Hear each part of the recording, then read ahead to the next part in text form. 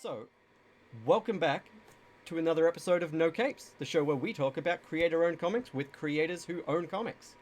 So, with me today is Jono Diener, who is, as I said a minute ago before the stream balked out, a man of many hats and many talents. Yeah, hello. Would you like me to go through my Yeah, my mini list? tell everyone about who you are and what you do a little bit again, because for some reason we lost that.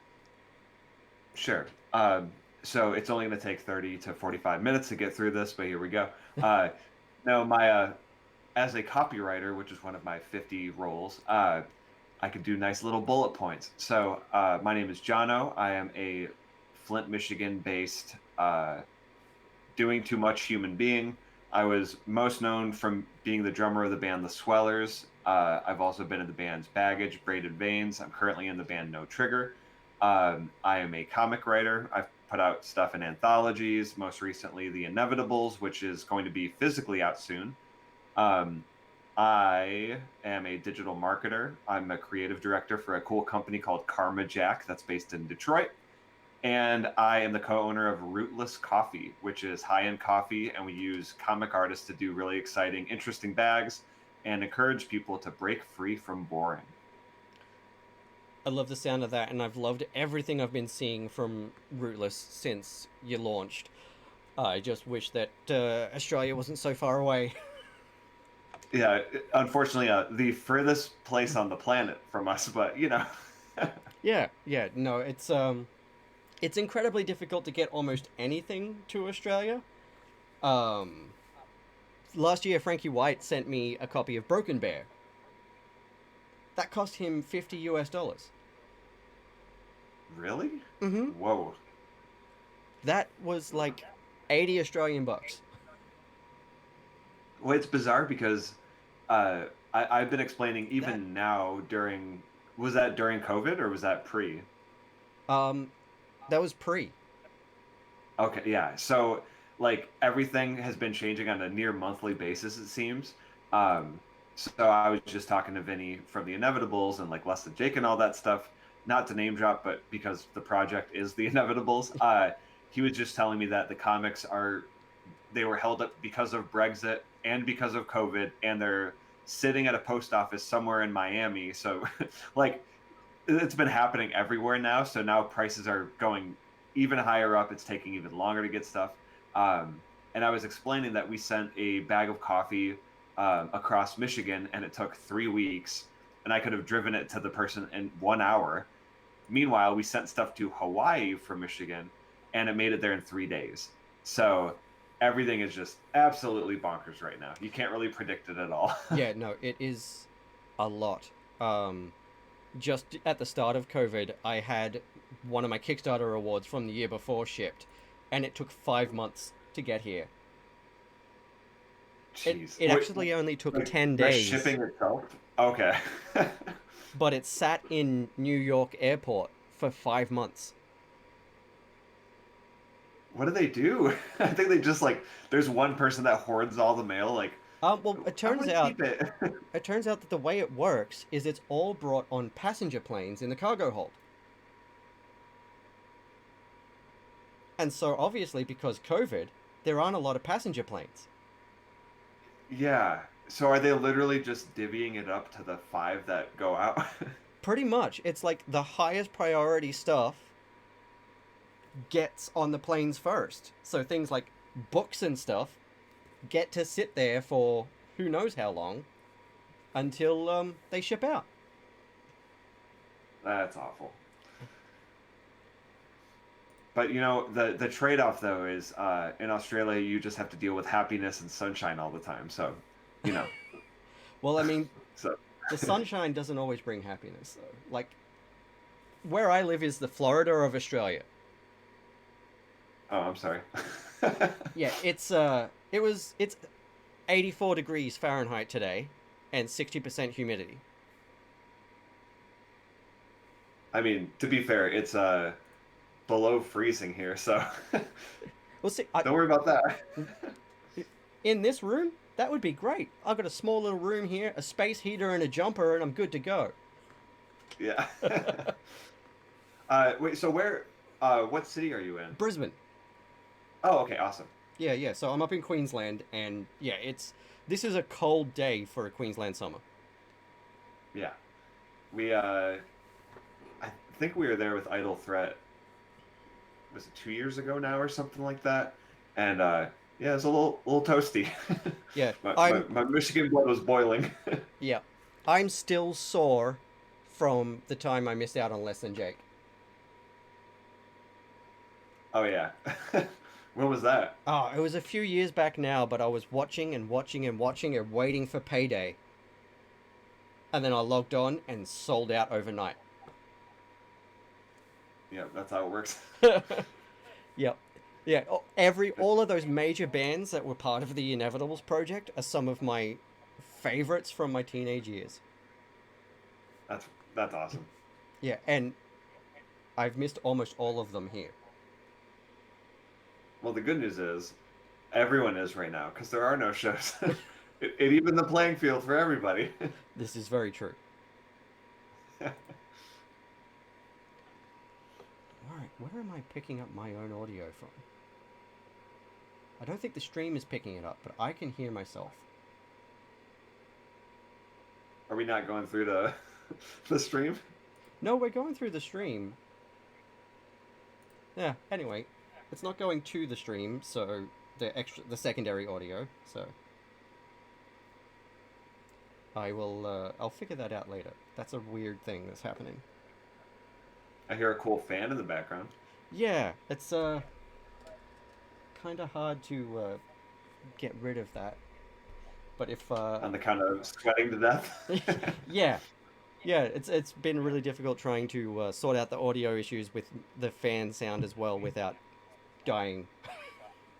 Yeah, no, I don't think you need to. My whole thing is just stay comfortable. Yeah. I slept in this. I'm wearing it still. No, It's all good. That's exactly it. Like my audience knows as well. They'd rather me be healthy and not dying of heat stroke than worry about a little fan noise. Yeah. It's like pleasant white noise. Yeah. But yeah, so today we are talking about East of West, which is a really cool comic. If you haven't checked out any of Jono's work, let's just do this and drop Jono's link in the chat. And this and drop today's comic in the chat. Ooh. I love it when I remember to set up those commands before the show starts and I don't have to go looking for links. Ooh, you know what? I'm gonna open the thing too, and then hope I muted enough. Yeah, I did it the right way. I like. Ooh, whoa. Okay, that's cool. My favorite thing is I'll watch it when I'm lagged on there because I know it's like that's how streaming works. Yeah. And then I'll forget that I'm actually on the thing, and I'll be like, and whoever's the host is like, "You good?" I'm like, "Yeah." Anyway. Yeah, no, I know how that is. That actually happens to me sometimes when I'm on D&D streams because, as most people in the chat will know, I have ADHD. Pretty hardcore ADHD. And I'll be trying to make sure that I'm not missing anything important in the show while I'm also playing in the show. Yeah. Which is also, I guess, that's a social media manager. That's your role, you know? Yeah. You can't turn it off. No, exactly. You can't stop it. And yeah, sometimes it's like answering questions in the chat. Like, what do you think, Sean? Oh shit, I'm supposed to be rolling dice. I'm Sean. But yeah, today we're talking about East of West, which is a really great comic. It is a really interesting sci-fi, not exactly post-apocalypse, but alternate future sort of story. Yeah, it's I'd say like dystopian. Yeah. I was like, no, you pretty much said exactly what I was gonna say. Yeah, you're right. Yeah, it's quite interesting. Like alternate reality, I think. That's what I'm thinking. Let me just switch to the double page spread for a second. So this is the interior page with the credits. It's written by Jonathan Hickman, who does great work. Nick Dragotta's art is really cool as well. I can't think what else I've seen Nick's work in off the top of my head right now, but I know that I've enjoyed it in other things as well. But in this particular setting, it's exactly what they needed. Frank,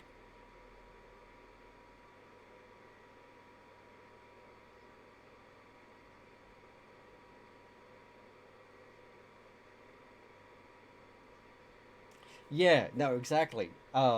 Nick does a really good job of capturing tension and like really terse action. And obviously, is it Russ or Roos Wooton?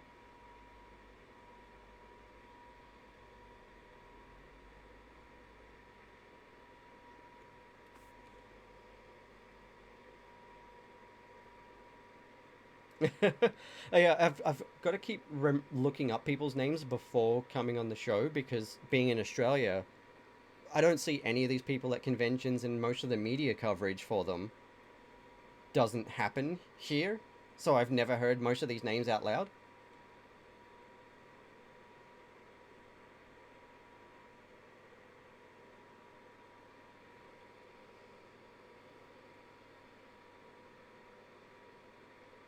Yeah.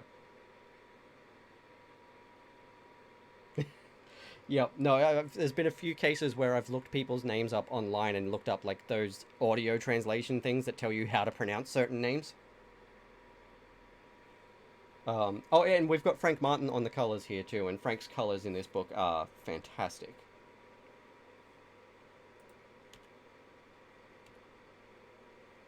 All right, let's go back to the normal frame. Here we go. This is a really Look at great that. opening shot. Actually, I really like this as sort of establishing the environment that we're brought into for the world. Oh, hang on. By the way, I was gonna say sorry for my pauses. I've been watching the stream and being like, whoa, and then I'm doing the thing I talked about. But yeah, I also have it in my hand right now. So I'll read as we read together. Excellent. Um, yeah, so it's a really great establishing shot. I love what they've done with the texture of the night sky behind these monoliths, and you can see that it's a barren landscape, but there's some high tech stuff in the background there, and it just really sort of sets what kind of world we're living in, like the technology that they're capable of, and that sort of thing. It's really good wordless establishing of the environment, I think. And they did a really great job too of there's similar to Saga, it's like the fantasy sci-fi thing, but Yeah, like fantasy not like Star Wars fantasy, but fantasy in the sense of like hard fantasy. yeah.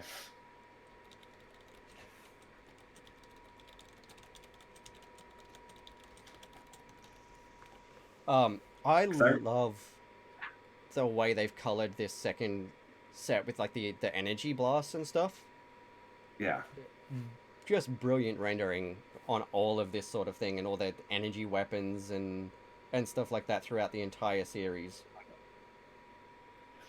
And everything I just like that right off the bat because the very first thing you see is just the dream is over, and then you see that and you're like, oh, because when I was going into this, no one gave me a heads up about what this was about. They just went, yeah, read it, it's gonna be good. I'm Yeah, I like, I same. don't, I had no idea. I just saw some promo art and I'm like, ooh, sci-fi western. yeah, exactly. And then it's even weirder than you think when you get to the third page. Oh yeah, I forgot about this bit.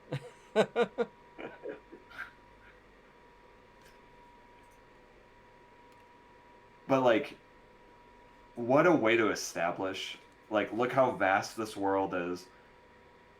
You don't need to know what's going on, but you're gonna, Yeah. because everything is just so like brutal and beautiful, and like I think the whole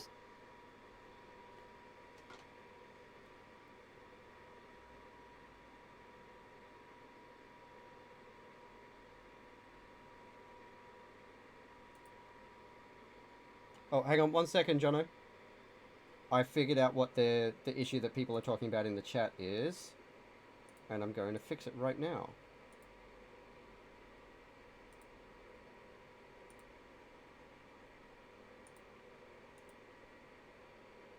For some reason,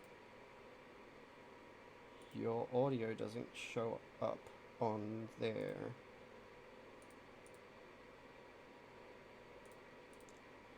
Okay, let's try that again. Try saying something for me real quick. Hello. This is a podcast and or stream. That looks Check, good. check. That looks good on my end. How does the chat feel about that? Is audio back? Yeah, there we go. Okay. Wait. I'm not sure why that did that, but that's okay. Now we can see. No, it's just an audio source hadn't shown up on the other scenes. And now I'm making sure that those are all there. We're good to go. Cool. Awesome. On the close-up scenes, it wasn't showing properly. I think that's the beauty of making it look amazing. Then out of nowhere, you're like, oh, there's 100 variables per little thing I do. Exactly. But I just switched to some of the close-ups so we can see the detail in the art here. Especially in this scene where War is coming out of the ground and ripping this weird umbilical cord thing out of his chest. And I love that it's kind of that like body horror. Just the like, how many different genres can we mix into one thing as soon as we can, you know? Yeah, no, exactly. And yeah, as the chat's saying, like, it's a hell of a way to introduce a character.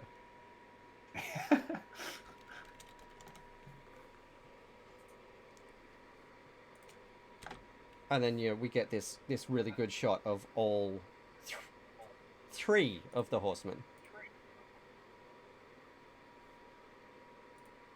Which again, I love so much too, because it's like, here's this weird rebirth. You don't think they're supposed to look like this. This is what you get. Yeah. And then again, this another brilliant nighttime scene.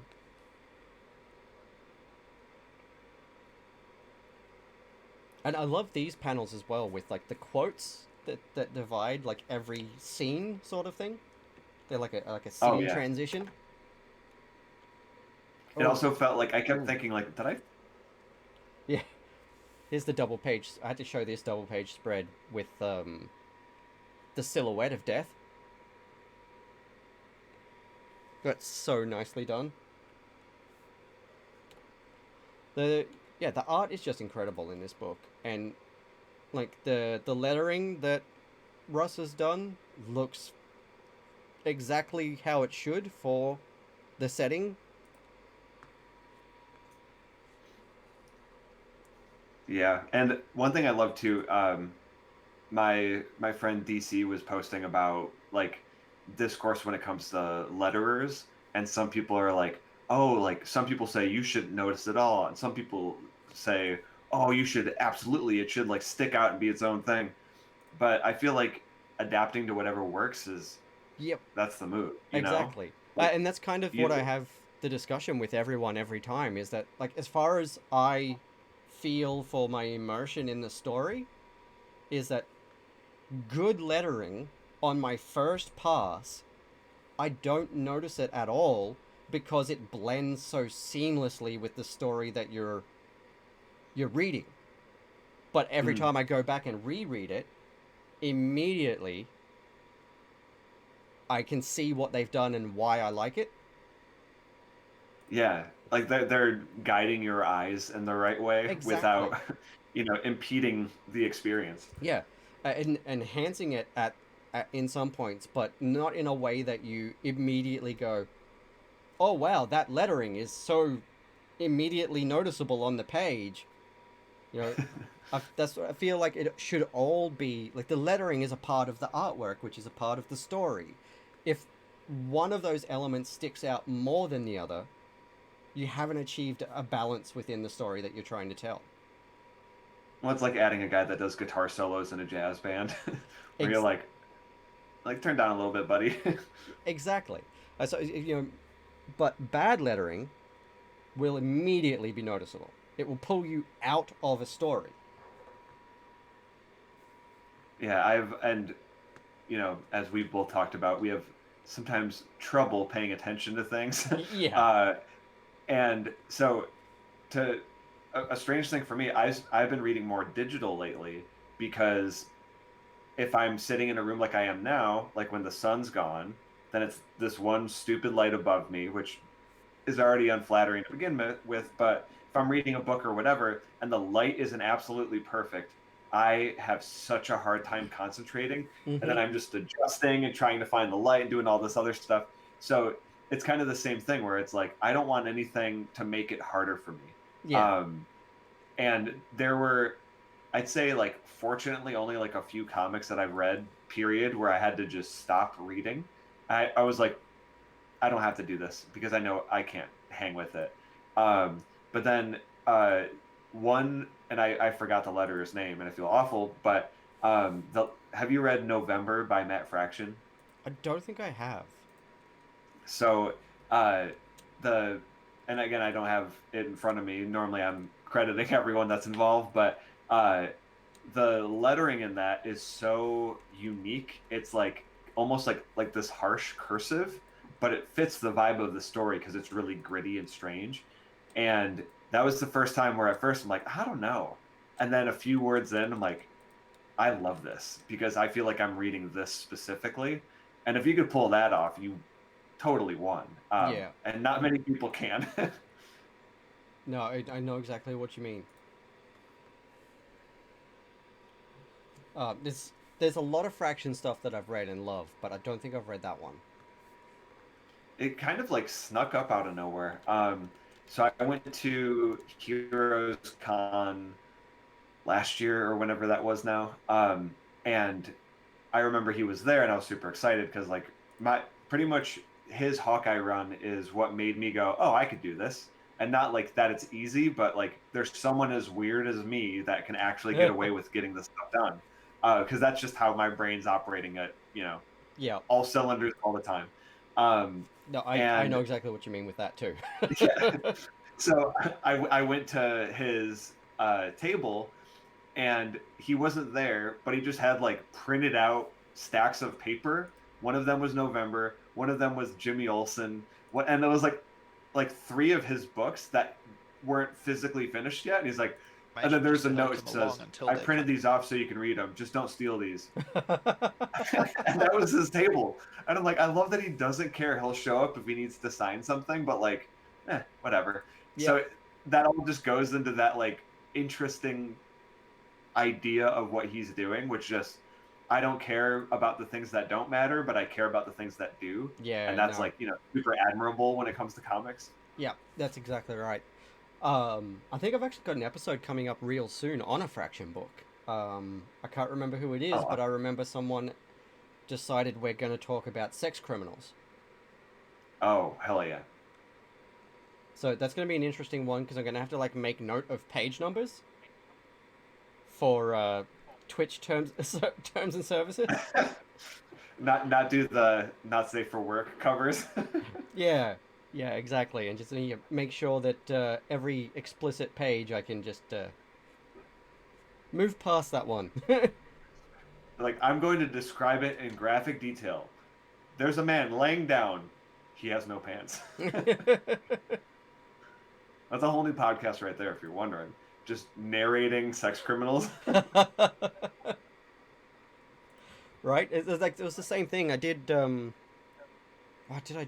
No, I was going to do Money Shot last year. I don't think I ended up doing that episode yet. Had to reschedule, and I was like, another one. That I'm going to have to make note of every third page or so that has explicit content on it. Yeah, I was gonna say that that whole comic is that.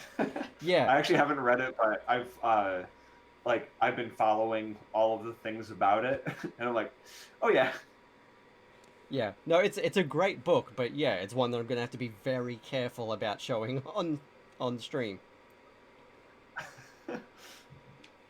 Or But just get like a nice pixel, get a like an app that does pixelation really well, and you'll be fine.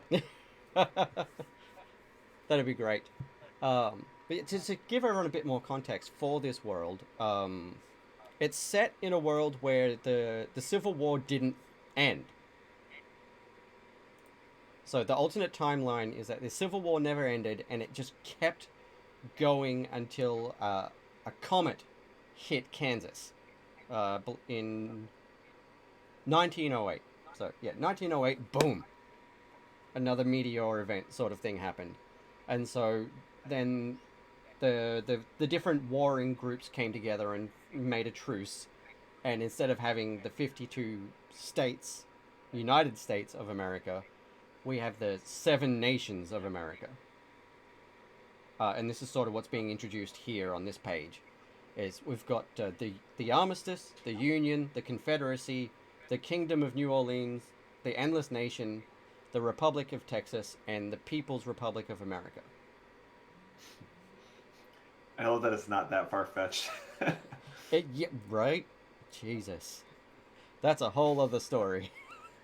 Yeah, and like aside from like the low hanging fruit of the Texas stuff, like New Orleans is one of it may be like one of the most interesting places in the world because the second you show up there, you feel like it's not even like a different country; it's like a different time. Yeah. Um, and I remember like the first thing that happened because obviously they know when tourists are coming in and their whole thing is like let's market when we're weird. But we were going there and it was also the Super Bowl and it was also Mardi Gras and we were playing a show at like the House of Blues or something. And I was so confused because I was like walking texting and someone's like, hey, get off your phone, and like ran up to me wearing like a police uniform looking thing. I'm like, oh my God. And then I'm like, what? And then I got like a ticket and I looked at it. It said, welcome to New Orleans. And then it said texting and not paying attention. And then it was like a whole like, you need to be witnessing all the cool stuff in New Orleans. And I'm like, oh, I thought I was actually getting arrested for this. I'm like, okay. But like that sets the vibe of like the, I'm assuming a major reason that those are the divided areas or whatever, Yeah. because it's pretty close to the truth. Like everything feels like that already, even though the Civil War ended with heavy quotes. But yeah, you got like your factions in the U.S. Yeah, I've sort of got that impression, especially when it comes to like sports or pizza. Oh yeah, and that's like on the other side of a bridge. It'll be people arguing about like, no, this is better. No, this. Yeah, I've seen like some of the wars over who's got the better hot dogs, burgers, or pizza on social media, and I'm just like, is it that different? That's I mean, even in Michigan, that's like a whole thing. Um, like so we have in Flint, there's Flint Coney dogs, but then there's Detroit style ones, and then there's Detroit style pizza, which is different from Chicago pizza, which is That's different the from argument that I saw New York. yesterday. People arguing about Chicago deep dish and versus Detroit deep dish and Chicago tavern style pizza. I was like, I don't know what any of this means. But you know what? It's great for Twitter. Yeah, I was just watching like a bunch of comics creators that I follow all have this discussion about what pizza is better and what pizza they're going to eat when cons are back on. And I was like, Was one of them Matt Rosenberg? I think it was actually. I think it was like Yeah, Matt. because that sounds about right. Yeah, I think it was Matt Rosenberg. Frankie was in on it, and somebody else. That's like I think my favorite part about comics is I'm the eavesdropper all the time, which is also I just have a Twitter addiction, so I'm constantly looking at everything. But I love like injecting myself into conversations that I'm like, ugh, I'm gonna say a stupid thing. I have to because it's in my brain. It's the only way to live. But Yeah, like I feel like there's like a few people that are similar to me in comics where I'm like, these are my people. This is good. Yep. No, I know exactly what you mean. That's one of the. I think that's one of the reasons that Frankie and I get along so well. We've both got a real interesting take on comics, and it's just like that. I really enjoyed working on Frankie's book, Starless Daydream, which I'm going to drop a link to in the Okay. comments right now. For anyone who didn't get in on the Kickstarter, you can get the hardcover on Frankie's Gumroad now, and that's my first published comics work. So go get it. Woo! First, but definitely not last. There you go. Um, yeah, so it's yeah, just really interesting seeing some of the things that also like American comics Twitter is very different to Australian comics Twitter. How so? It's hard to describe, but it's just like there's such intensely localized discussion in American comics Twitter. I'll see so many things being talked about, and I have no idea what any of this means. You may as well be speaking another language. Which, I mean, to be fair, some people kind of do. Yeah, yeah, and that's it. Like that's actually one of the reasons why I read so much of this indie stuff as well, because I have to try to find stories that are set in nebulous location, because so much of superhero comics and even a lot of indie comics is just so specific Like, to America. I'm reading it and I'm like, I have no idea what this experience is. mhm. We don't have that But here. so I had that thought the other day where, excuse me, I was talking about bodegas, and my all of my education on what a bodega even is from superhero stuff. So like Spider-Man going down the street, like getting a sandwich, and there's a Yep. bodega cat or whatever. And then in like Michigan, everything is so spaced out. Uh, and then I'm like, man, people are probably like, Michigan's so boring in comparison. And then people are like, Detroit, that's where Eminem was, and like the the venue from 8 Miles where we used to play all the time. And then people would like touring bands would make that joke every time, and we're like, yeah, we get it, we're from here. So it's like everyone has a different version of that, you know. It's always Yep. passed around.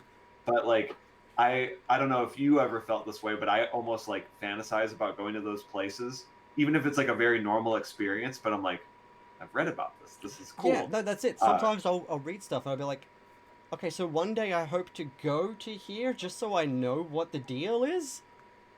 yeah. And is it even worth talking about, or is it literally all you know and that's why you did it, you know? Yeah, and that's it. There's so many things that are like uniquely US experiences in comics that just fly over my head because we just don't have it here. Yeah, like are there any Australian specific uh like comics that you could think about, like or Not like whether it's from creators or people from there? not really. Like even Australian creators are often writing stories either set in nowhere that really exists or they're working for American publishers. Mhm. So they're still writing American stories. Yeah. There are not a lot And of stories that are set in Australia. well, hear me out. You were like, I wish I had another published work. Well, guess what? That's your homework assignment. Well, I am actually working on an anthology at the moment that doesn't have a set location yet. It just has a set aesthetic and time period. Mhm. So I was thinking that maybe I could set it here. But I mean, there's not that much stuff that's that interesting about Australia to set a comic specifically here for that reason. But it's just like something in recent years, since especially since I've started analyzing comics more, that I've really taken a notice of. Is like there is almost no content I can relate to in this because we don't have those experiences here. And I genuinely wonder if, because of course like Marvel specifically, like New York, it's like this is relatable, this is the big city, blah blah blah. But there are so many people like in the US specifically that like always fantasize about having ever gone to that place. Like, wow, like that's a dream to me. One day I want to do that, whatever, you know? Like me being like suburb kid my whole life. And then when I Yeah. started touring, I started seeing these places. But what I find interesting as a reader is seeing people live their normal lives where they're from Mm-hmm. in stories, without having to explain every little part of it. So Yeah. like because and sometimes it is hard. So let's say like there's like if there's a difficult name in like a fantasy story, or if there's like a country where I don't speak the language and they're referencing things that I would have to research, my dumb American brain goes, ah, just skim past it. That's not relevant to the story. But knowing that stuff really does, it pulls on your heartstrings. You know what I mean? Mm. Um, so I feel like there's this healthy dose of like explaining culturally what the area is, what's going on, without leaving people in the dust, but without just being a manual having to, well, actually, this is this because this. Like, for example, like I have a ton of Spanish speaking friends, and sometimes I'll be watching movies and they'll be like, oh, yeah, like, hermano, my brother, blah, blah, blah. And I'm like, why would they, as characters to each other, have to say both? Like, Yeah. is that a thing? And I had to talk to my friends about that. And like, you know, sometimes it is, but it's also like, hey, America, understand this. This is the only way you'll pay attention if we like spoon feed it to you, you know? Yeah. Um, so yeah. So anyway, with all that being said, I feel like to me, like I have a lot of Michigan-based like stuff, um, but more so because it's like hyper specific in a way where I haven't seen it in other places, and that's what makes it unique to me, at Yeah. least. Uh, so I feel like in your case, that's a really cool thing you can do too, where it's like something specific to you because you're telling your story without you necessarily being in it. Yeah. Yeah. I know what you mean. It's going to be really interesting doing that with the Australian experience too, because there'd be really interesting things like explaining what a Bunnings snag is. Yeah, Like because I don't know what that is. exactly, but it's an everyday experience for Australians. You say Bunnings snag to an Australian, and they know immediately that we're talking about going to the major hardware store, which is Bunnings, and grabbing a Mhm. sausage from the sausage sizzle stall out the front. That's usually I raising money gotcha. for some kind of a charity.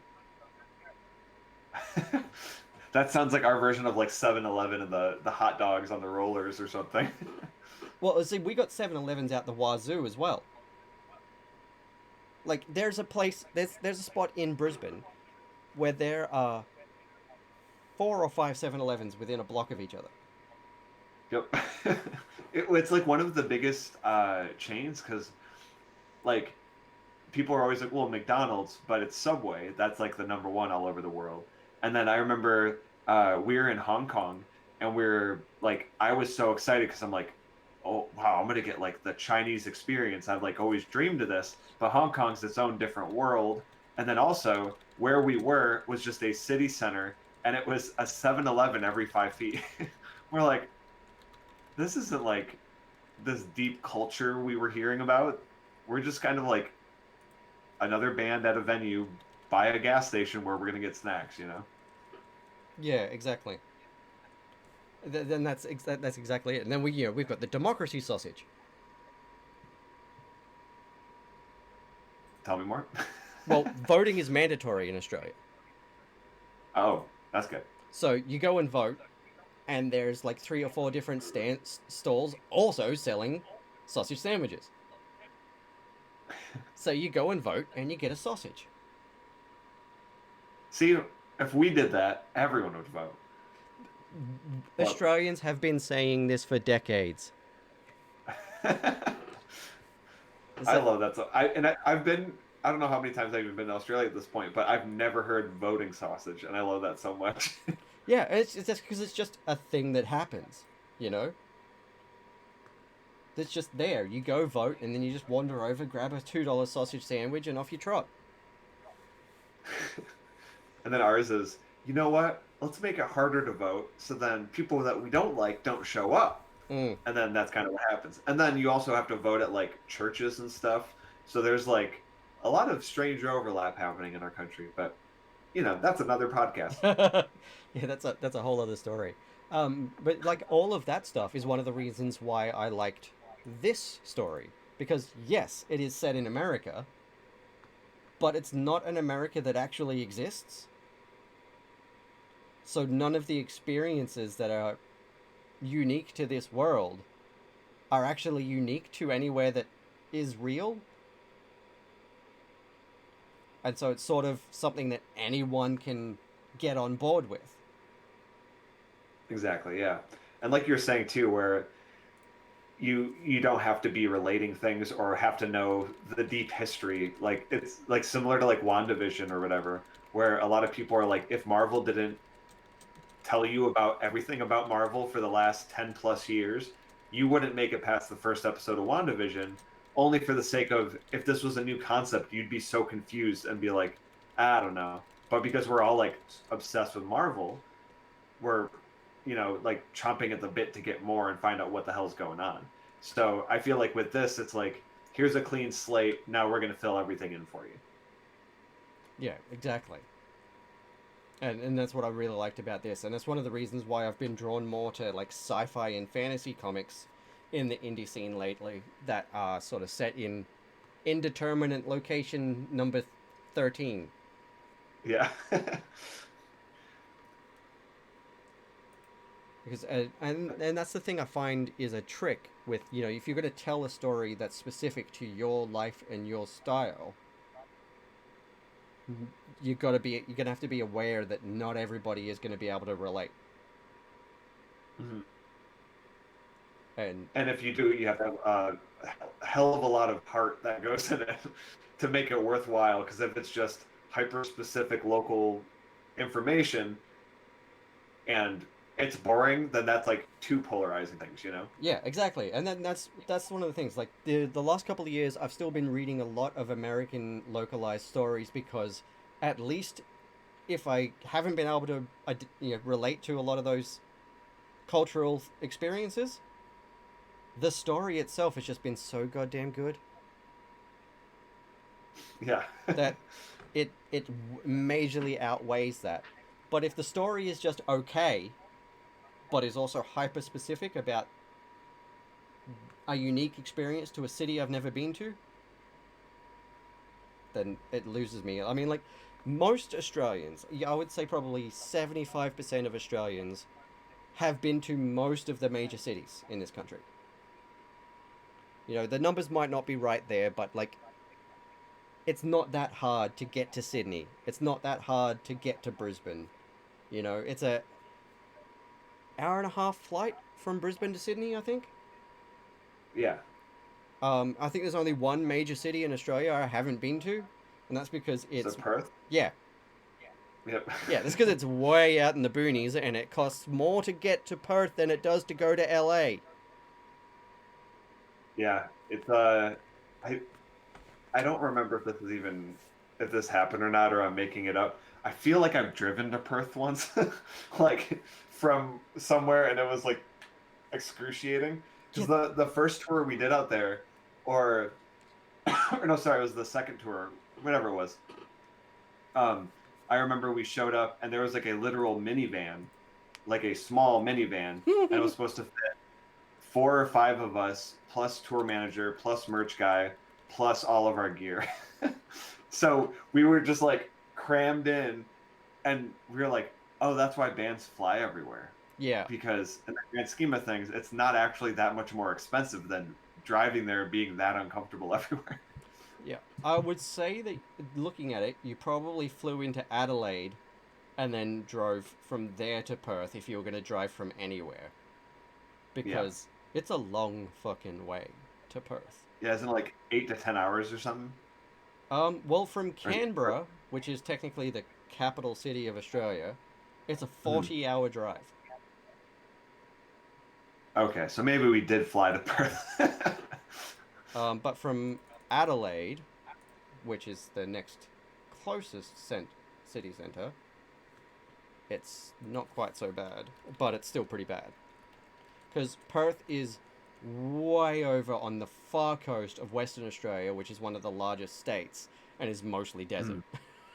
Yeah, which is so bizarre. Like that Yeah, that was such a eye-opening thing for me when I was like, the population of all of Australia is not much.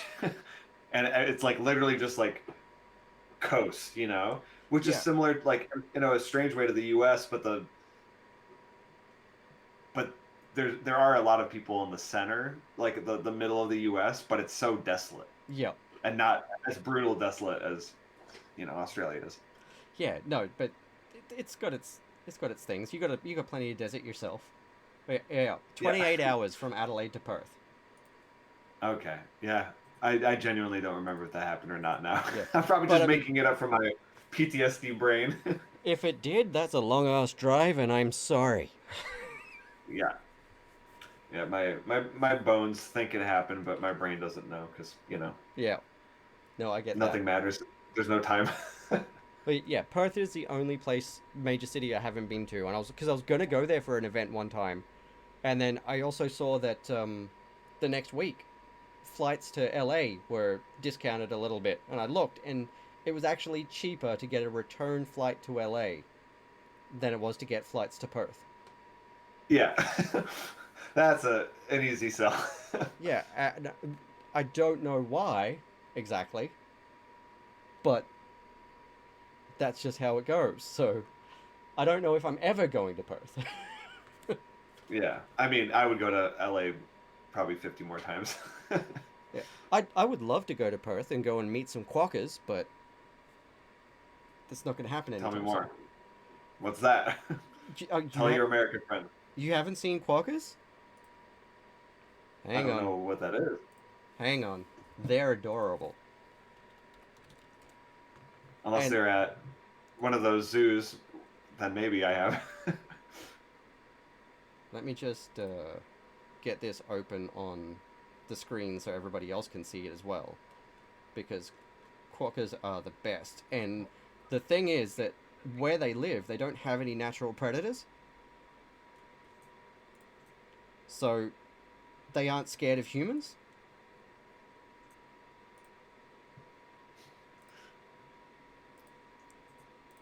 I'm so intrigued by this. Were they are they by chance at Lone Pine, Maybe. I'm not the sure. sanctuary? That is, Because that ooh, I like this animal. yeah. They're teeny tiny little furry guys, and they're really cute, and they'll hop right up to people. Some of them just hang out outside cafes and stuff over there. Oh my god. They're so cool. Oh, there you go. Are they There's marsupial? Yeah, they are marsupial. There you go. There's Hemsworth with a quokka.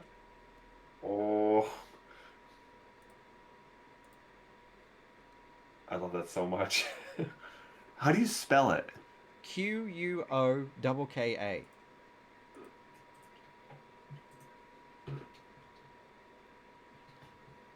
All right. These are the things to show my wife after this call. Yeah, quokkas are great, but I don't Love know it. if I'm ever going to get a chance to meet one Oh my because god. Sorry, that last one. I also love that people were like, "Oh man, this East to West talk's gonna be wonderful." We're like, "Hold on a second, I got something for you." But that's the way it goes on No Capes, you know? Like, sometimes we focus deeply on the comic, and other times the comic leads to conversations about, like, adjacent things to talking about comics. You know, Oh yeah. like the thing we were just talking about with the very specific cultural experiences that are communicated in comics. Um, which, like, it's really important that all these stories get told, but at the same time, it's unfortunate that the United States has almost a monopoly on comics because there are so many stories from other countries that only get told from an American lens Hmm. because there's not a lot of publishers in other countries. Yeah, and also there is a lot of like language barrier stuff too, Mm. where if it's not translated, Americans will never read it, you know, um, and even if it is in English, then so many other countries that do speak English could read it. Mm. Whereas if it's, you know, like my friend Sweeney just had, Sweeney Boo? I'm already blanking. Yeah, Yeah, I had Sweeney on the show she's last year. She's great. yeah, she's the best. And I think like one of her comics is in France now or something like that, like Yes. today. And she says she's getting like all these like new readers and reviews and stuff like that. And that stuff is super exciting because like, you know, especially like in Canada, there's such a blend of like French and Canadian and English. Yep. Like there's all like, and then you go to Michigan and it's like there's some like Polish areas and whatever. But like when it comes to me, it's like I literally can only read English Yep. and willingly will only do that because I'd have to have like a translator and like figure out all this other stuff. But when there are translated comics, like Black Sad, I'm reading that now. Like it's so cool seeing that perspective that I didn't fully understand before. Yep. Because I think it's so important that you're getting representation for, and not like just characters, but like for the stories themselves. That's so much bigger than that. Yeah, no, exactly. But yeah, unfortunately, because there's not a lot of like big publishers with the sort of power that, you know, IDW, Image, even Volt and Aftershock have outside of the big two, outside of America. So most of those stories, some of them do get told, but they're told from the viewpoint of an American writer writing about that country. Yeah, exactly. Which is they had to ask someone and be like, "Does this make sense?" And they're like, sure." But you know, even by doing that by proxy, you eliminate some of the heart and the real experience of it. Yep. And that's it. Like, I can't name a single English, like, UK publisher off the top of my head. Um, I know, like I know, like 2000 AD or whatever. It was like the first one that comes to mind, like that. See, I didn't even Um, know they were UK. I thought they were American. oh, really? Yeah. And here in Australia, I can only name one publisher that, like, is sort of well known in the Australian comics industry, and that's Gestalt. And even then, they still aren't. They can't even rival any of the smaller publishers in America yet. Even though I wish they would, because they put out some really good stuff.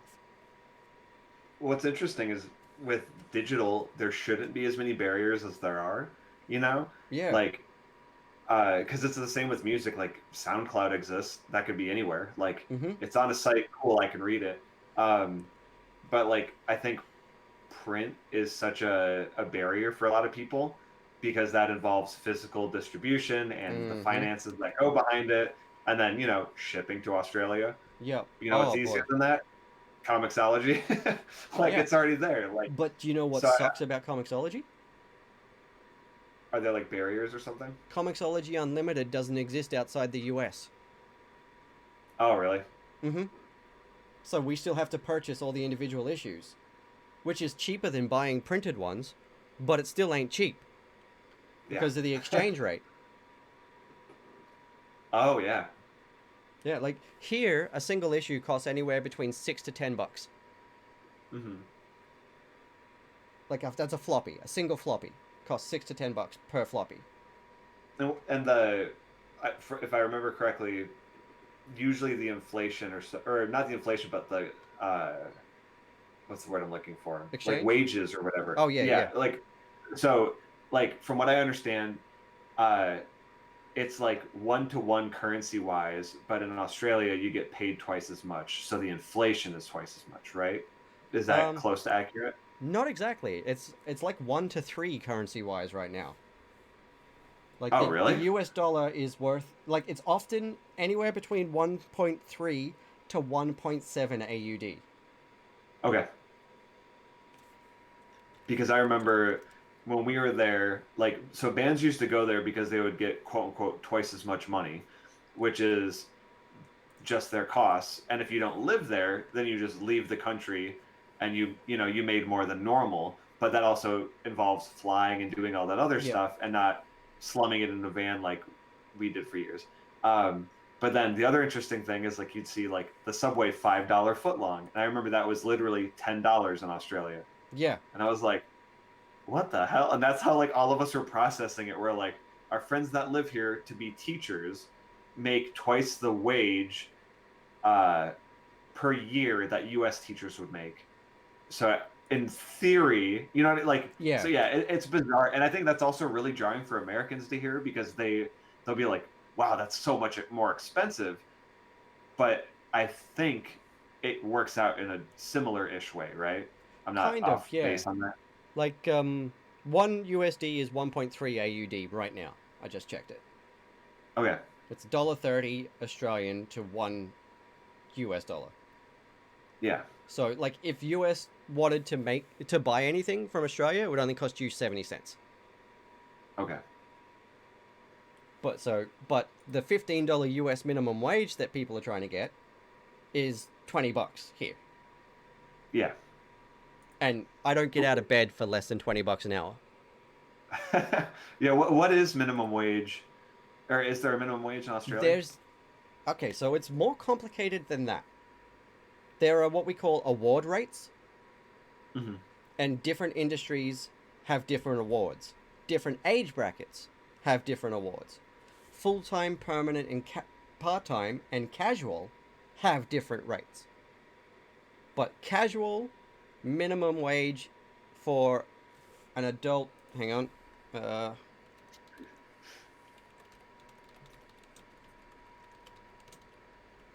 I like that we have transcended the nerdiness of comics to the nerdiness of adult living. it's just kind of how it goes, to be honest, you Uh, know? I love it. They're It's like, all, does your back hurt? Yeah. it's all interconnected. You Oh know, yeah. like, you can't buy comics without having the adult job.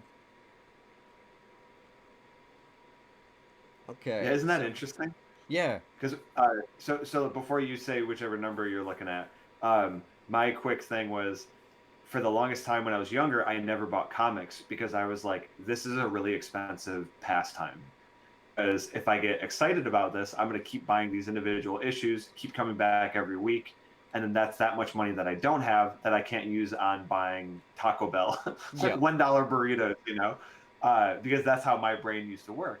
Now having like job, I'm like, oh yeah, I'm gonna go even just buy digital stuff because I don't want to have like physical stuff, or I'm gonna buy like 5 trades from like TKO or someone like that, right? yeah, Uh, but that's what's so interesting now because I was terrified of doing that. And then I fell in love with it, but now I'm in a spot to be able to fall in love with it. I just don't have as much time to read all of it. yeah, So it's that juggling act. exactly. No, I know exactly what you mean. And so, like, I've got so many books on my pull list at the moment that I want to read, but when am I going to find the time with everything else that's going on? Yeah. But yeah, level 1 food and beverage attendant casual is $25 an hour. Holy shit. Okay. So That's what I was earning at my last hospitality job. and is that high end or is that like No, average? that's where you start. Introductory is $24.80. Level 1, which is you've Okay. been there for a while, is $25.50. Okay. So that's like $20 US. Meanwhile, and so US wise, I was getting like working at like coffee shops and stuff like $9, and then with the incentive of tips Yeah. maybe being there because that's a very US thing as well, like a tipping wage. Yeah. But yeah, our minimum wage is just so out of whack anyway. And No, then it's the insane. thing I've is, seen some people getting $2 an hour over there. yeah, so bartenders and stuff, it's $2 or $3, but with the incentive of getting a bunch of tips. But when there are no people, that it means no tips. Mm-hmm. Or the flip is once in a while, like you can make like a few hundred a night just from bartending. So Yeah. it's crazy. But the problem is it's the like older generation being like, oh, it's all you kids and your avocado toast. You're just wasting my all your money God. instead of keeping it. And then meanwhile, it's like well, you have to have 3 jobs to make a normal amount of money. Whereas before you kind of just like, well, I woke up, college is super cheap, went to college, okay, cool. Now I work at this place from 9 to 5, and I get to stop at 5 p.m. And then all of us like freelancer psychos are like, I could do more. I could do more. And then you just burn out. You know. Yep. You ever relate to that? A little bit. But, you know, like the casual rate is that, but that also means that we could get fired at the drop of a hat. Yep.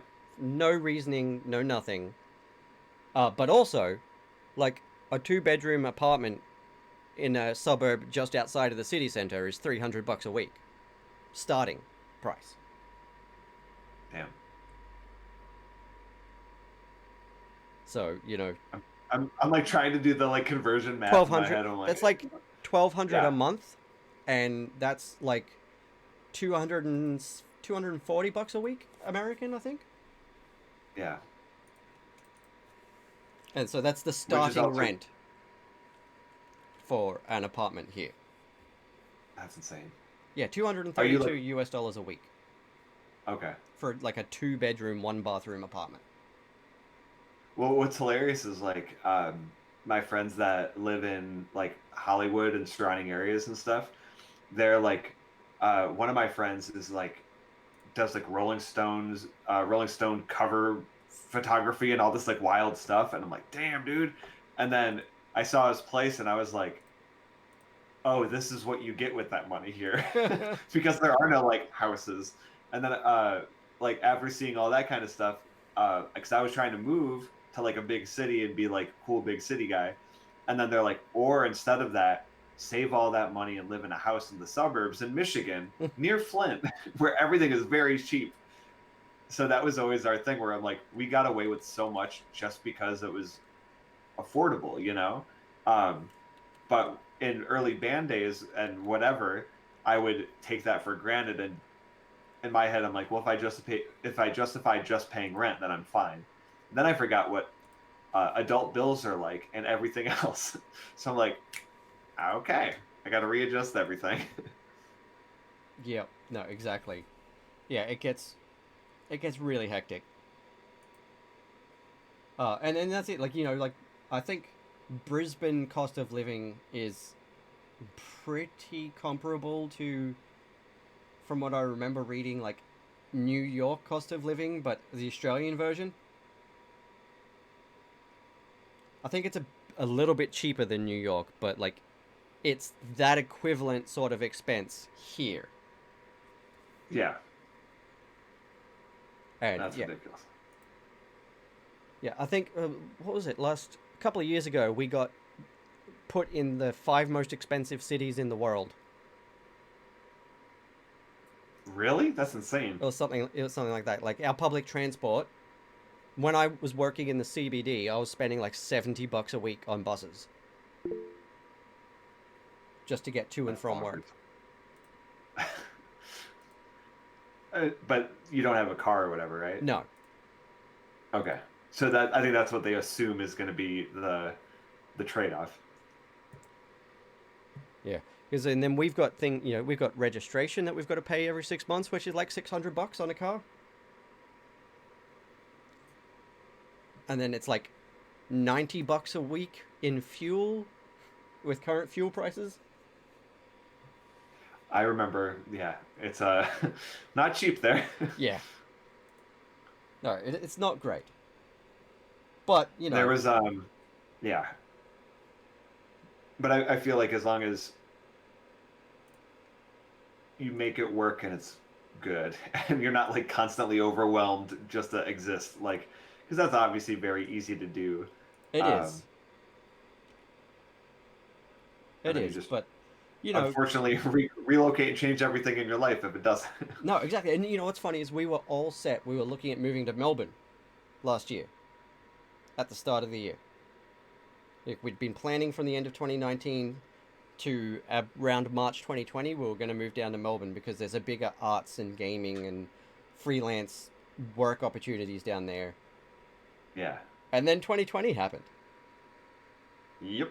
And then during 2020, Melbourne decided to be the worst city in the country for managing everything that's happened in 2020. And we're like, okay, no. well, we're staying here then. So I wonder if, like, as far as like safety and stuff, are they just like reckless? Is that what's going on? The Yeah, the people are. The government's been trying to keep it under wraps, but the people Mhm. have just been, they were like, if you ever read in the news about an anti-mask rally and protest and stuff, it happened in Melbourne. All of that And sort of not stuff most of all the happened U.S. in, yeah, all that stuff happened in Melbourne. All the That major sucks. politicians who are like Trump supporters and stuff are in Melbourne. That's great because, like, to me, like, not, like that became like my favorite city in Australia because it was just like the me central, like vegan restaurants every 5 feet and like arts and culture and all that. So I would have never guessed that was part of it. Yeah, and that's it. Like Melbourne as a city is a great city. I loved it there. I went there in 2019 for the first time for PAX, and I had a great time. Um, but just everything that happened last year is just like, oh, we ain't going there until you get everything sorted out. Yeah, that sucks. um, I love this though. By the way, like getting back to the actual comic for a little bit because I know you've got to dip out soon. Yeah. So here where we finally meet Death, and I don't think we even know his death yet, but he's got his two offsiders, and you know he's white from head to toe. He's completely chalk white. His clothes, his skin, his hair, his teeth, his eyes, everything. Not subtle. Yeah.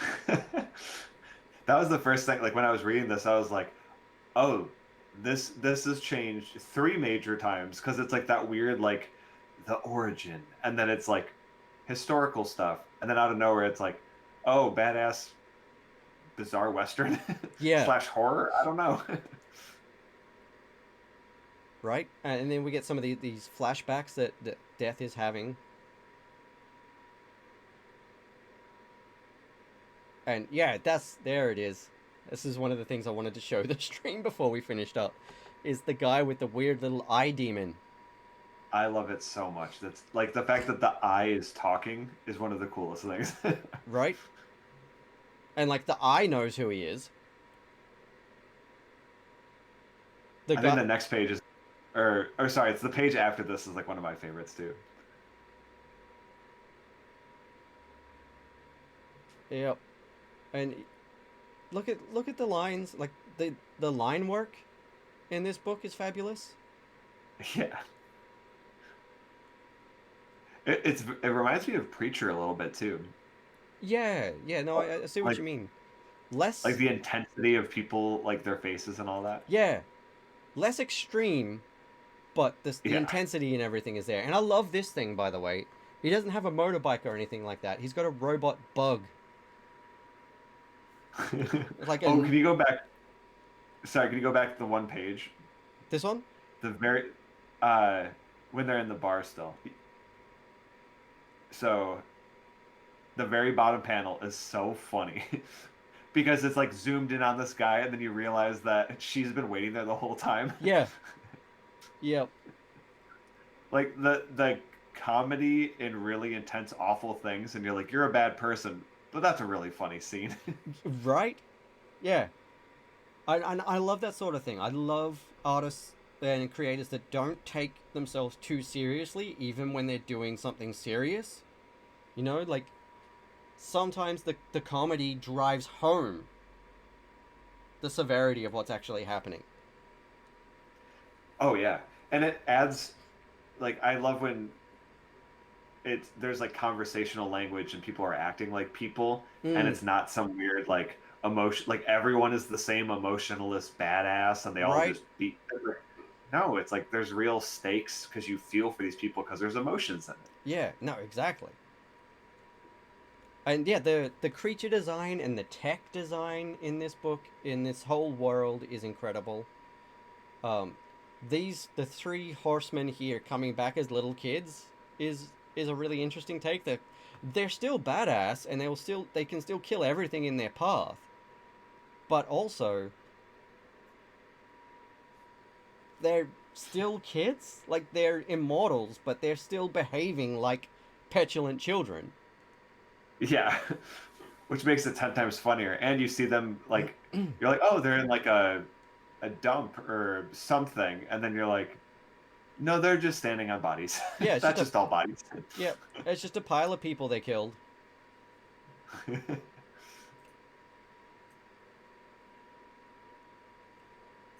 And then later, when they do sort of grow up a bit and they find their more established form as horsemen, they look Yeah. terrifying. And that's like from the writer's perspective too, building up.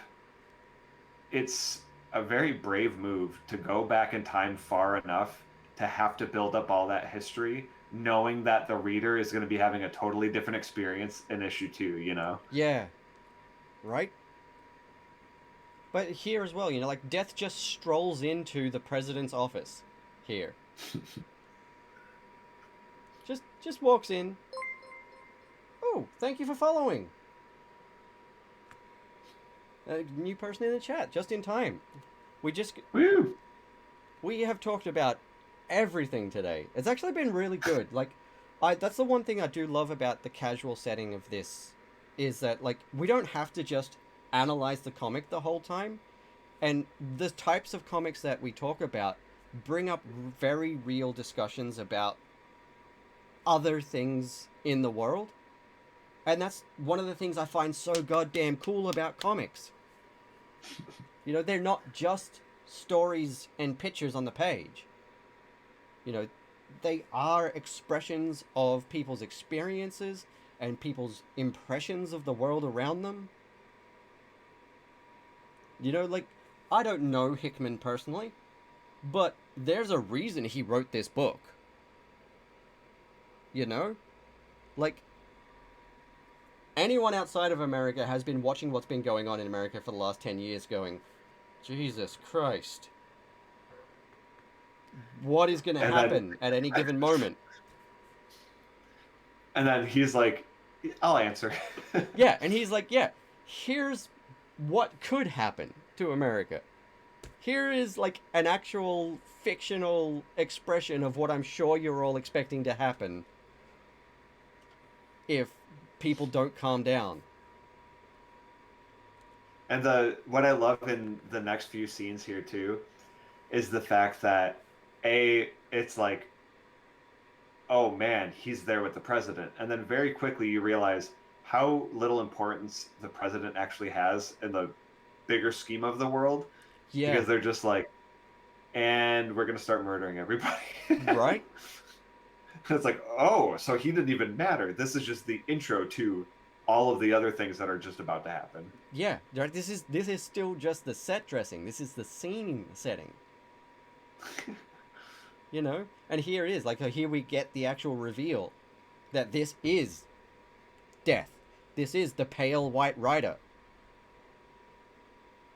Like, no joke. Like, this is a literal expression of that, of him as this chalk white, otherworldly cowboy. And you're not like, oh, he lives from Michigan, or he's from Michigan. Like, no, that's actually not. And then, bam, here we get to see the rest of this city. This is the affluence of this nation compared to the little taverns and things that they were walking through in the rural areas. And now the other horsemen are here, and they're murdering. What is this? The vice president? Mm-hmm. And there's another one. Just head off, gone.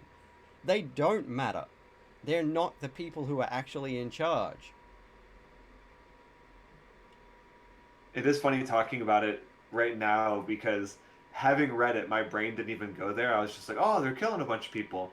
And then I thought about it, and I'm like, yeah, it's not the face that matters. It's everyone behind the scenes that's doing all the terrifying stuff. You know? That's like lobbyists and companies and all this other stuff where it's like, okay, these are the like people come out from the shadows finally, and they're like, and we're gonna take care of everyone else. Right? And then here we get this scene that really introduces the power of Death's offsiders as well. Like, Wolf here is just taken down a bison by himself, or buffalo, whatever. I don't know what ones are actually... Which ones... do bison still exist in America? Or is it just buffalo? I think they both exist, Because I know which that is, you know, something was in danger of... good as Americans and not know. Right? I just remember reading that something was in danger of extinction a while back, and I've lost track of it, and my brain can't recall that information right now. Yeah, I was like, I'm in the same boat. I'm like, early for you, late for me. Yeah. Both don't know enough about America. Right? Either way, it's a big freaking cow. And he's Yeah. just got it strung over his shoulders like it's a rug.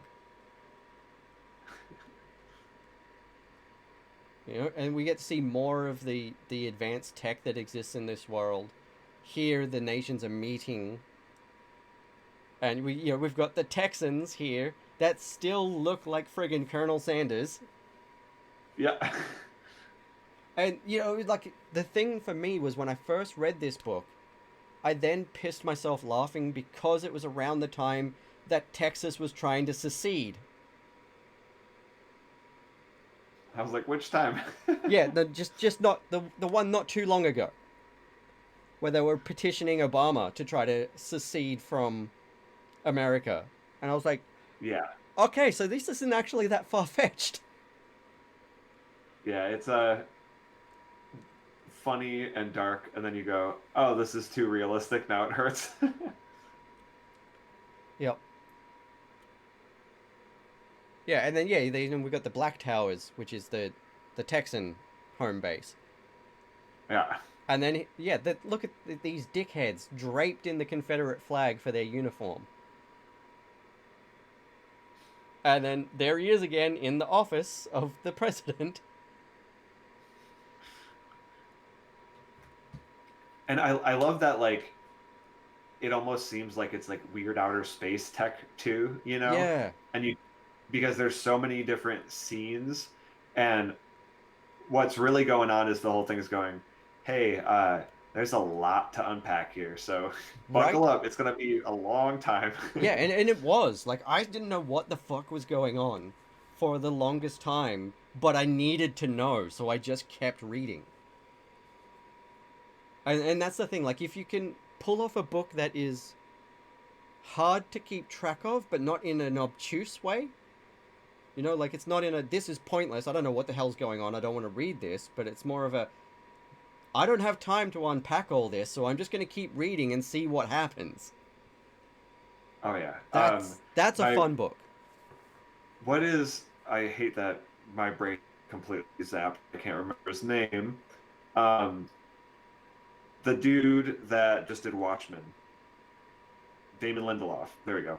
I had to pull it up on my phone to remember. But he had this amazing thing where he was talking about Lost, and then he was talking about Watchmen. And he said, what I've learned to do in my career in between those, especially with like the leftovers and stuff, is the importance of creating intrigue and not confusion. Because you're like, I want to know more about that, and not, I'm mad that I don't know about this. Exactly. No, exactly. That's exactly it. Who is it? I think it's J.J. Abrams has got that whole mystery box bullshit going on in the way he directs movies, where he just makes mysteries for the sake of making mysteries, and that's why we ended up with some really confusing shit going on with Star Wars and sudden left turns in the last 3 movies. But that's a whole thing, and I don't need to get the Star Wars fandom all up in my mentions. Yeah. But it was just like he does that in his movies for the sake of keeping the audience on their toes, and that's not a fun mystery. You keep them out of the theaters if you keep doing that. Yeah. Whereas this is like, there's so much flying at you. You're like, what? Huh? Jesus, what is that? What is that? Jesus, something else is coming. And then like 3 issues later, you're like, oh, holy shit, that was all connected. Yeah. And it makes it like binge reading it a lot more fun too, because you get the payoff, you don't have to wait a month. And there are some comics that, like, I remember Southern Bastards, I was a huge fan of, and there was like a lot going on internally with the creators. So sometimes it'd be like 7 months before the next one came out, and then you're like, wait, what happened in the last one? And you have to like kind of like remember and then go Yep. back and read. But if people were getting into it now and have all of the or all of the books or whatever, you could just plow through it, and all of it makes sense because it was like weaved together, and that's like the intention. Yeah. So yeah, it's a very interesting medium. Yeah. That's kind of what I'm digging about the current run of Transformers comics, actually. Is they do like a really good, crisp, clean, short recap of the story so far, and sort of show you the current roster of who's important in the story. It's like Yeah. it's like not just who's an Autobot and who's a Decepticon, because the faces that they show each episode change. It's like who's important to the story right now. And it's just a really neat Yeah. touch. It's one page, just like a paragraph of catch up, and then the key characters show up. You're like, okay, so I pay attention to these guys as I get back into the story. And yet, to like, the thing I forget about is comics weren't essentially made to be sequential. It was initially like one-off stories. So you go to the like supermarket or whatever, and you grab a comic, and you want to read your 20-page adventure of whoever. Yeah. And then yeah. So then it's morphed into like, okay, well, you better be in it. Because I remember when I was getting into like heavy into comics again, it was like 2014 or 2015. Like, because I was just music guy for the longest time, and I didn't really like dip my toes other than like movies or TV or whatever. And I remember going to the comic shop and being like, what the hell do I do? Like, because this is on issue 13, and I'm like, I guess the cover's cool. I'll start, and then people are like, no, don't start with that. You're gonna want to start here. I'm like, how do I catch up? This sucks. Right. So like, the few people that I did catch up with were like Tom King, Jeff Lemire, and like, I'm glad I picked what I did because they were great. Like Ed Brubaker, like you get these doses of people, and then you kind of like develop your taste after that. Because you have to have a friend loan you stuff to read stuff to catch up, or do Marvel Unlimited, or do Comixology or whatever. Yeah. There's a lot of homework to do before you can even buy new comics. No, exactly. But that's if you do, that's great. Yeah, that's one of the reasons why I haven't been reading X-Men for like 7 years. Because suddenly there's been so many freaking crossovers and like 10 different X books happening kind of at the same time, but also in different time periods. Yeah. And then like suddenly Krakoa is its own nation, and Professor X is back from the dead, and he's got this weird helmet thing going on, and I'm like, I have no idea what's going on. I love the X-Men, but I don't even know where to start to get caught up on this. I got the first Hickman return to X-Men, and then finally I was like, that's a lot. Yeah. Yeah, exactly. It's all a lot of chaos, but that's why I like to read these books that are self-contained. They've got a start and an end point in goal. And it's one of the reasons I love chatting about these books with everyone on the show. So for anyone that has just joined us and hasn't already found your links, where can people find you online? The place where I spend most of my time is Twitter. So it's at Jono Diener, JONODIENER. I often explain it as it's like Bono and Wiener, and then you just change through the letters and you'll figure it out. That's been landing well. I'm loving it. It's like, oh, you too? Yeah, Bono's a wiener. They're like, oh, I can spell it now. Then jonodiener.com is like the house for all of my stuff. Yeah. So like comics, freelance writing, blah, blah, blah, blah, blah. And then I'm also on Instagram, same name. So yeah, Jono Diener, wherever, you'll figure it out. Excellent. And then what just came out, the thing to plug, maybe someday just came out on A Wave Blue World. And I'm super happy with that. It's a really cool anthology. And I have a story in there called Support Animals. And Sebastian Perez, Max Struble, and Jim Campbell crushed it on my story. It's about it's a little short guy, but it's surrounded by a bunch of really awesome stuff. So cool. if you get a chance, great. go ahead and order. And then the Inevitables is coming out physically soon. So we'll know more by the next 2 weeks or so. But that's my first full issue, which I'm stoked for. I'm stoked for that as well. And if you haven't listened to the album yet, go look up The Inevitables on Spotify right now. And I will link all of that in the YouTube description as well. So thank you so much for your time today, Jono. I've had a great time chatting with you. It's been like really nice to talk about the comic, but also like I had a great time talking about all those other topics. It was really interesting sort of exchanging those ideas on the cultural importance of comics and story. And now you're going to have to write a story. You're going to write a story about Brisbane, and I'm going to read it, and it's going to be great. So that's your homework assignment. Yeah, I'm going to write a story set exclusively in Hungry Jack's in the Queen Street Mall, and nobody will know what's going on. But you know what? You will, and that's passion, baby. Awesome. Well, yeah, thank you very much for your time today, Jono. It's been a great chat. Look forward to talking to you again. If you ever think of another book you want to talk about, hit me up, and we'll try to schedule a time. Thank you everyone who joined. Thank you for the new follow. And we'll see you next week for another episode of No Capes. I am in full ADHD brain mode, so I can't tell you who next week's guest is right now. But tune in same time, Friday, 10 a.m. Australian Eastern Standard, which is Brisbane time, which is like 7 p.m. Eastern Standard time. And until then, this has been No Capes. I have been Sean Sunday. This has been Jono Diener. And we'll see you again soon.